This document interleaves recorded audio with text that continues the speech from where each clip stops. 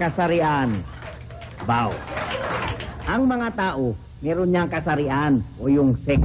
Merong lalaki at saka babae. Sa Kastila nga, madaling malaman eh. Kasi pagkalalaki ang ending o pagkababae ang ending parang senyorito at saka senyorita. Pero alam niyo ba na dito sa Pilipinas nagugulo-gulo yan eh. At pati ang mga bagay ay meron na ring kasarian. Alam niyo ba yun? Bueno, ngayon malalaman niyo. Halimbawa, ang gunting.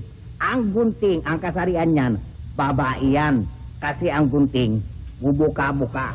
Yan. Ang typewriter naman, babae rin. Bakit ko sasabi yan? Kasi ang babae, may period.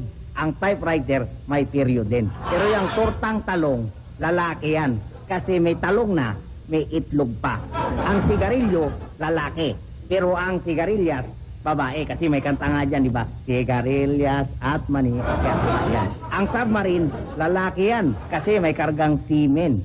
Ang karayom naman, bakla yan. Kasi may pantusok at saka may butas.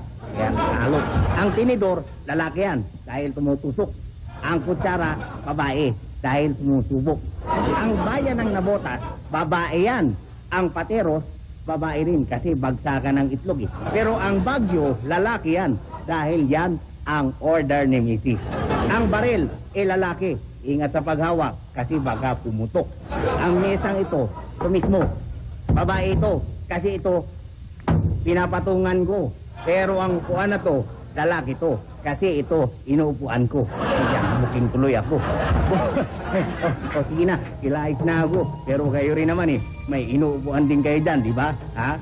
Ang kasarian.